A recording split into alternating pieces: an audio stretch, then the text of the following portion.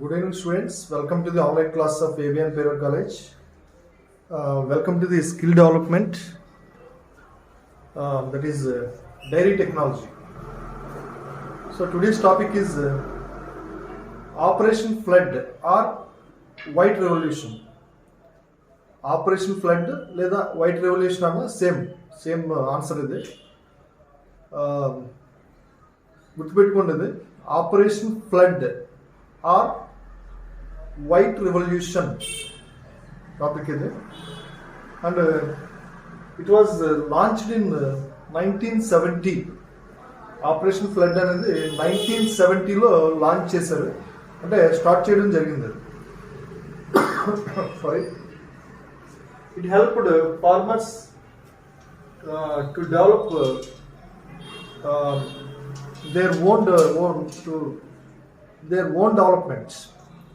ఈ operation flood లేదా white revolution అనేటువంటిది ఫార్మర్స్ వాళ్ళంతటా ఓన్గా డెవలప్ అవడానికి చాలా హెల్ప్ చేసిందని చెప్పి అనుకోవచ్చు. Next, operation flood known as white revolution.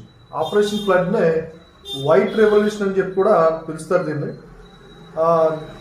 It is started because of the Green Revolution, because Green Revolution became very successful in the entire world and particularly in India.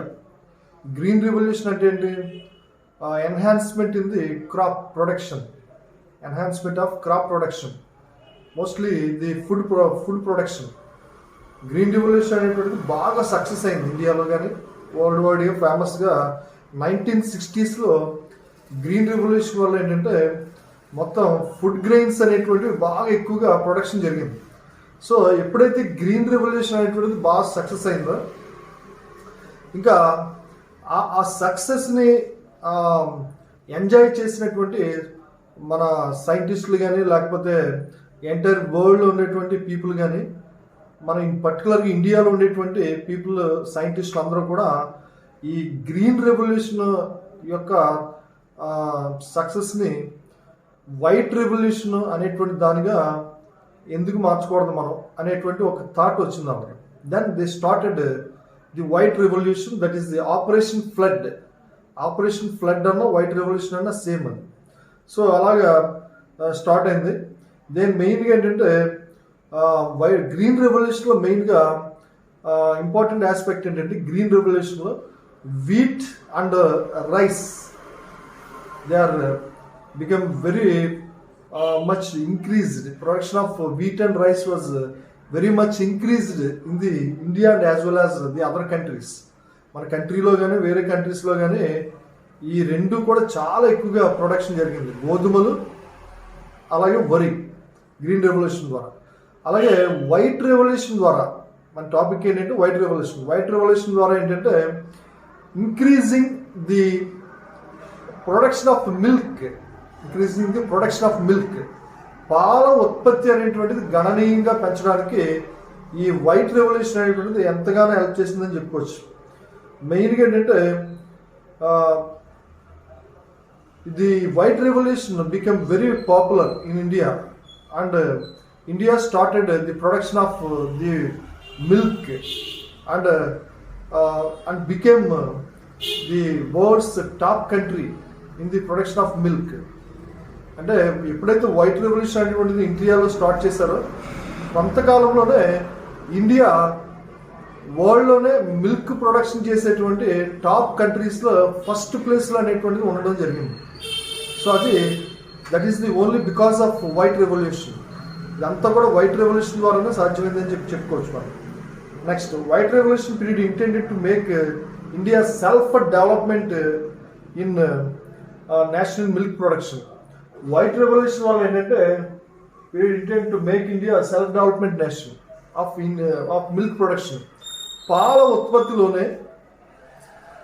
ఉత్పత్తిలోనే India అనేటువంటిది self development అయినటువంటి country, అంటే సొంతంగానే పాల దిగుబడి, పాల ఉత్పత్తి అనేటువంటిది సాధించినటువంటి దేశాల్లోనే భారతదేశం అనేటువంటిది ముందుగా ఉందని చెప్పి అనుకోవచ్చు. It is only because of the white revolution. Next, today India is the world's largest producer of the milk production. ఇప్పుడు ప్రజెంట్ చూస్తే ఆ రోజులు స్టార్ట్ చేసినటువంటి ఈ వైట్ రెవల్యూషన్ వల్ల లేదా ఆపరేషన్ ఫ్లడ్ వల్ల ఈ రోజు ఇండియా వరల్డ్లోనే టాప్ కంట్రీస్లో ఫస్ట్ ప్లేస్లో ఉంది మిల్క్ ప్రొడక్షన్లో. సో అది వైట్ రెవల్యూషన్ యొక్క గొప్పతనం అని చెప్పి అనుకోవచ్చు. తర్వాత doctor Verghese Kurien father of white revolution India. ఎలాగైతే గ్రీన్ రెవల్యూషన్ అనేటువంటిది మన ఇండియాలో ఎంఎస్ స్వామినాథన్ అనే సైంటిస్ట్ స్టార్ట్ చేశాడు. Green revolution, he was the father of Indian green revolution. అలాగే doctor Verghese Kurien, he was the father of Indian white revolution or operation flood. ఈయన గురించి చెప్పుకోవాలి మనం white. And he was the founder chairman of NDDB, national dairy development board. And he was chairman of Amul milk production, Amul dairy products, Amul Anand milk union limited అంటారు. అమూల్ అంటే ఏంటి? AMUL. మనం చూడండి ఈ రోజున కర్డ్ కానీ లేకపోతే మిల్క్ ప్రొడక్ట్స్ కానీ లేకపోతే ఐస్ క్రీమ్స్ కానీ చీజ్ కానీ బటర్ కానీ రకరకాలైనటువంటి మిల్క్ ప్రొడక్ట్స్ అనేటువంటివి మార్కెట్లో దొరుకుతున్నాయి. దాంట్లో మెయిన్గా బ్రాండ్ నేమ్ ఏంటంటే అమూల్ బ్రాండ్ నేమ్ తోటి రకరకాలైనటువంటి మిల్క్ ప్రొడక్ట్స్, డైరీ ప్రొడక్ట్స్ అనేటువంటి మార్కెట్లో దొరుకుతున్నాయి మనం. అది ఏంటి? అమూల్ అంటే ఏంటంటే ఏ అంటే ఆనంద్, M అంటే మిల్క్, U అంటే యూనియన్, L అంటే లిమిటెడ్. అమూల్ అంటే Anand milk union limited. That was established at Gujarat state. గుజరాత్లో స్టార్ట్ చేశారు అది. And he was doctor Verghese Kurien was the founder chairman of Amul. And he was also founder chairman of the NDDB, national dairy development board. ఆయన మన ఇండియాలో white revolution అనేటువంటిది బాగా famous అవడానికి main start చేయడం ఆయనే, అలాగే ఫేమస్ అవడం కూడా ఆయన వల్ల అయింది. అది చాలా ముఖ్యమైనది. Next history of white revolution. History చూస్తుంటే during the years of 1964 and 1965 intense cattle development programme, అంటే ఇది 1964 to 65 మధ్యలో ఇండియాలో ఇంటెన్స్ క్యాటిల్ డెవలప్మెంట్ ప్రోగ్రామ్ అనేటువంటి స్టార్ట్ అయింది. Intense cattle development programme. Intense అంటే క్యాటిల్స్ని తీసుకుని చాలా జాగ్రత్తగా, అప్పుడు ఎలాగైతే హాస్పిటల్ ఇంటెన్సివ్ కేర్ యూనిట్ ఎలాగైతే ఉంటుందో ICU, అలాగా ఈ క్యాటిల్స్ని తీసుకుని చాలా జాగ్రత్తగా వాటిని గ్రోత్ అది చేసి వాటిని జాగ్రత్తగా మేనేజ్మెంట్ చేసి మిల్క్ ప్రొడక్షన్ అనేటువంటిది ప్రొడ్యూస్ చేయడం అనేటువంటి స్టార్ట్ చేశారు. సో అలాగే ఈ నెక్స్ట్ ఈ ఇంటెన్స్ క్యాటిల్ డెవలప్మెంట్ ప్రోగ్రామ్ అనేటువంటిది నెక్స్ట్ నెమ్మదిగా ఏంటంటే అది నేషనల్ డైరీ డెవలప్మెంట్ బోర్డులోకి వెళ్ళింది. అది it was entered in to the national dairy development board, NDDB. Then the NDDB launched a program called Operation Flood or White Revolution. తర్వాత ఈ intense cattle development అనేటువంటి దాన్ని నెమ్మదిగా ఏం చేశారంటే ఆపరేషన్ ఫ్లడ్ లేదా వైట్ రెవల్యూషన్గా మార్చి ఈ మిల్క్ ప్రొడక్షన్ అనేటువంటిది ఎక్కువగా పెంచడం అనేటువంటి దానికి ముందుకు వెళ్ళడం అనేటువంటి జరిగింది. సో అది మెయిన్గా. Next objectives of the white revolution. Objectives ఏంటి? వైట్ రెవల్యూషన్ యొక్క ఆబ్జెక్టివ్స్ ఏంటి అంటే మెయిన్ మోటో ఏంటి అనేటువంటి చూస్తే వైట్ రెవల్యూషన్కి మెయిన్గా ఇంక్రీజ్ మిల్క్ ప్రొడక్షన్, పాల ఉత్పత్తిని ఎక్కువగా పెంచడం, ఇంక్రీజింగ్ మిల్క్ ప్రొడక్షన్ అనేటువంటిది అప్పటి వరకు ఒక రకంగా ఉంటే వైట్ రెవల్యూషన్ ద్వారా ఏంటంటే మిల్క్ ప్రొడక్షన్ అనేటువంటిది మ్యాక్సిమం ప్రొడక్షన్ అనేటువంటి చేయడం. Second, increase the income of the rural population అంటే గ్రామీణ ప్రజలు ఎవరైతే ఉన్నారో గ్రామీణ ప్రజలు వాళ్ళకి ఆదాయాన్ని ఎక్కువగా సంపాదించి పెట్టడం. Increasing the income for the rural people వాళ్ళకి ఈ పాల ఉత్పత్తి ద్వారా ఉపాధి అనేటువంటిది సంపాదించుకుని వాళ్ళ ఆదాయ మార్గాల్ని సంపాదించుకోవడం అనేటువంటిది స్టార్ట్ చేయడం మొదలుపెట్టారు. Next, provide milk to consumers at లో ప్రైస్. అంటే ఎవరైతే వినియోగదారులు ఎవరైతే ఉన్నారో, అంటే పాలని కొనుక్కునేటువంటి వ్యక్తులు ఎవరైతే ఉన్నారో వాళ్ళకి తక్కువ ఖర్చుతోటే మంచి నాణ్యమైనటువంటి పాలని, మంచి క్వాలిటీ మిల్క్ని ఈ లెస్ ప్రైస్కే అందించడం అనేటువంటిది దీని యొక్క మెయిన్ ఆబ్జెక్టివ్స్ కింద చెప్పుకోవచ్చు. ఈ 3 మెయిన్ ఆబ్జెక్టివ్స్: మిల్క్ ప్రొడక్షన్ పెంచడం, అలాగే రూరల్ పీపుల్ వాళ్ళకి ఇన్కమ్ సోర్సెస్ అనేటువంటిది చూడడం, మూడోది లెస్ ప్రైస్కే మిల్క్ ప్రొడక్షన్ అనేటువంటిది అందించడం. సో ఈ 3 చాలా ముఖ్యమైనటువంటి అంశాలు. Next, different phases of the white revolution. White revolution different phases ఏమున్నాయనేటువంటి చూస్తే phase 1, phase 2, phase 3 అనే 3 phases కింద వైట్ రెవల్యూషన్ అనేటువంటి దాన్ని డివైడ్ చేశారు. phase 1 లో ఏంటంటే it was started in the 1970 and continued up to 10 years, that is 1980. 1970లో స్టార్ట్ అయింది phase 1, up to 10 years continue అయింది. అది అంటే 1980 వరకు కూడా phase 1 అనేటువంటిది కంటిన్యూ అయింది.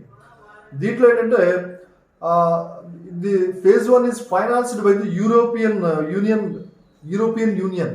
అంటే యూరోపియన్ వాళ్ళు, యూరోపియన్ కంట్రీస్ ఏవైతే ఉన్నాయో వాటిని కలిపి యూరోపియన్ యూనియన్ అంటారు. యూరోపియన్ యూనియన్ వాళ్ళు మనకి ఈ phase 1కి ఫండింగ్ అనేటువంటిది ఏర్పాటు చేశారు, ఫండింగ్ ఇచ్చారు. వాళ్ళు ఫండింగ్ ఇచ్చి వాళ్ళు మనకి ఎంతగానో హెల్ప్ చేయడం అనేటువంటి జరిగింది. ఎప్పుడైతే phase 1 అనేటువంటిది సక్సెస్ అయిందో, phase 1లో ఏంటంటే ముఖ్యంగా 18 ఆపరేషన్ ఫ్లడ్ సెంటర్స్ అనేటువంటి ఏర్పాటు చేస్తారు. మెయిన్గా మన ఇండియాలో 4 మెట్రోపాలిటన్ సిటీస్లో ఇండియాలో ఈ డైరీ ఫార్మ్స్ అనేటువంటి ఏర్పాటు చేయడం జరిగింది. దాంట్లో ఢిల్లీ, ముంబై, కోల్కతా, చెన్నై. ఢిల్లీ, ముంబై, కోల్కతా, చెన్నై ఈ 4 మెట్రోపాలిటన్ సిటీస్లో ఈ మిల్క్ ప్రొడక్షన్ అనేటువంటి దాన్ని ఇంక్రీజ్ చేయడానికి కొన్ని సెంటర్స్ అనేటువంటి ఎస్టాబ్లిష్ చేశారు. So that is the about phase 1. phase 1లో మెయిన్గా ఏంటి 1970లో స్టార్ట్ అయింది, 80 వరకు ఉంది, అంటే 10 years.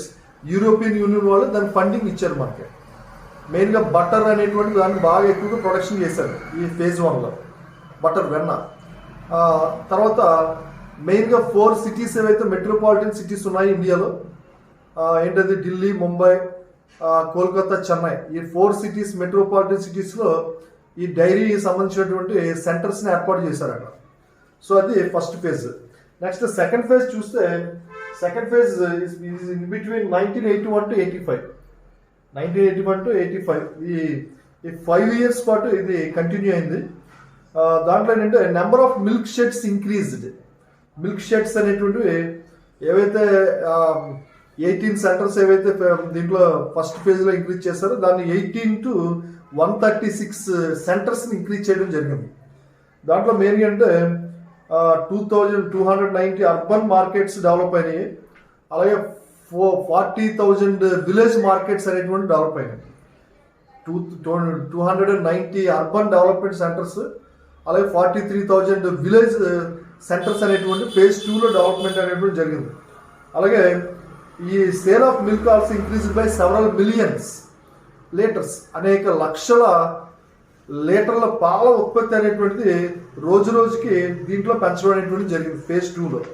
ఇంకా phase 3 చూసేసరికి 1985 to 1996, 85 to 1996 అంటే దగ్గర 11 years పాటు phase 3 అనేటువంటిది ఉంది. ఈ పీరియడ్లో ఏంటంటే health care services to cattle, ఏవైతే క్యాటిల్ ఉన్నాయో పశువులు, వాటి యొక్క హెల్త్ కేర్, వాటి యొక్క ఆరోగ్యాన్ని సంరక్షించడం అనేటువంటిది phase 3లో చేసినటువంటి ఇంపార్టెంట్ స్టెప్. అలాగే feed and artificial insemination services are introduced. Feed అంటే క్యాటిల్కి ఏ రకమైన ఫీడ్ పెడితే మంచి గ్రోత్ వస్తుంది, మిల్క్ ఇచ్చేటువంటి క్యాటిల్కి ఏ ఫీడ్ పెట్టాలి అనేటువంటిది. అలాగే ఆర్టిఫిషియల్ ఇన్సెమినేషన్ అంటే కృత్రిమ గర్భావధానం అంటే మేల్ ఫీమేల్ తీసుకొచ్చి వాటిని మధ్య రిప్రొడక్షన్ జరిపించాలి, ఇవన్నీ చేయాలంటే పెద్ద ప్రాసెస్ అది. అలా కాకుండా మేల్ క్యాటిల్ ఏదైతే ఉందో మేల్ క్యాటిల్ నుంచి స్పర్మ్స్ కలెక్ట్ చేసి, సెమన్ అంటే వీర్యము, శుక్రకణాలు ఉన్నటువంటి వీర్యం కలెక్ట్ చేసి దాన్ని, ఆ వీర్యాన్ని తీసుకొచ్చి వేరే ప్రాంతానికి తీసుకెళ్ళి దాన్ని ఆర్టిఫిషియల్గా అంటే ఒక కృత్రిమ పరికరం ద్వారా ఈ ఫీమేల్ బాడీలోనికి ఇంజెక్ట్ చేయడాన్ని, సెమన్ లేదా స్పర్మ్ని ఆర్టిఫిషియల్ ఇన్సెమినేషన్ అంటారు. ఇప్పుడు ఎక్కడో ఫారిన్ కంట్రీలో ఉన్నటువంటి ఒక మేల్ని తీసుకొచ్చి మేల్ని ఇండియాకి తీసుకురావాలి, ఇక్కడ ఉన్నటువంటి ఫీమేల్ తోటి ఆ రెండింటిని క్రాస్ చేయించాలంటే చాలా కాస్ట్, చాలా ఖర్చు, చాలా కష్టం కూడా అది. అంతే తప్ప అందుకని ఆ ఫారిన్ కంట్రీలో ఇంగ్లాండ్లో, ఫర్ ఎగ్జాంపుల్ ఇంగ్లాండ్లో ఉన్నటువంటి ఒక గేదె, ఒక ఈ ఎద్దు ఉంది ఇంగ్లాండ్లో, ఒక మేల్ క్యాటిల్ ఉంది, ఒక ఆక్స్ లేదా ఒక బుల్ ఉంది. ఆ బుల్ నుంచి సెమన్ కలెక్ట్ చేసి ఒక ఫ్లైట్ లేదా షిప్లో దాన్ని జాగ్రత్తగా దాచి ప్రిజర్వ్ చేసి దాన్ని తీసుకొచ్చి ఇండియాకి ఓన్లీ సెమన్ తీసుకొస్తే చిన్న బాటిల్ అది. అదే యానిమల్ మొత్తం తీసుకురావాలంటే చాలా కష్టం అది. ఆ సెమన్ ఒక బాటిల్లో తీసుకొచ్చి ఇక్కడ ఇండియాలో ఉన్నటువంటి కవ్ యొక్క బాడీలోనికి ఆ సెమన్ ఒక ఆర్టిఫిషియల్ ఇన్స్ట్రుమెంట్ ద్వారా ఇంట్రొడ్యూస్ చేస్తే సింపుల్గా దానికి ప్రెగ్నెన్సీ అనేటువంటిది వస్తుంది. సో అలాంటి ఆర్టిఫిషియల్ ఇన్సెమినేషన్ అనేటువంటి దాన్ని ఈ ఫేజ్ 3లో తీసుకొచ్చారు. ఫీడ్ ఒకటి, అలాగే హెల్త్ కేర్ ఒకటి, ఈ ఆర్టిఫిషియల్ ఇన్సెమినేషన్ ఒకటి. అలాగే next towards the end of the third phase about 73,930 dairy cooperatives are established. 73,930 73,930 dairy cooperative societies అనేటువంటివి ఇండియాలో డెవలప్ అయినాయి. నెక్స్ట్ దగ్గర 3.5 crore డైరీ ఫార్మర్స్ మెంబర్స్. ఈ అన్ని సెంటర్స్లోని డైరీ కోఆపరేటివ్ సొసైటీలు అన్నింటిలో కూడా మన ఇండియా వైడ్గా 3.5 కోట్ల మంది ఫార్మర్స్ మెంబర్స్గా ఉన్నారు సొసైటీల్లో. సో అంత డెవలప్మెంట్ అనేటువంటిది ఫేజ్ 3లో వచ్చింది. సో ఇలా ఫేజ్ 1, ఫేజ్ 2, ఫేజ్ 3 ఈ రకంగా 3 ఫేజెస్ కింద ఈ ఆపరేషన్ ఫ్లడ్ లేదా వైట్ రెవల్యూషన్ గురించి చెప్పుకోవచ్చు మనం. So this is the topic about white revolution or operation flood. Operation flood అన్న వైట్ రెవల్యూషన్ ఒకటే, సేమ్. ఎగ్జామ్లో ఏది అడిగినా సరే సేమ్ ఆన్సర్ రాయండి. So which is very important, చాలా ఇంపార్టెంట్ క్వశ్చన్ ఇది. కంపల్సరీగా షార్ట్ ఆన్సర్ కానీ ఎస్ఐ కానీ కంపల్సరీగా ఇస్తాడు దీంట్లో. ఈ క్వశ్చన్ గ్యారంటీ చెప్తున్నాను కదా. సో దీంతో ఈ టాపిక్ అయితే నెక్స్ట్ క్లాస్ వేరే టాపిక్ చెప్తాం. ఇంకా ఏంటంటే 5, 6, 7, 8, 9 5 టాపిక్స్ ఉన్నాయి మనకి యూనిట్ కంప్లీట్ అవ్వడానికి. Thank you very much.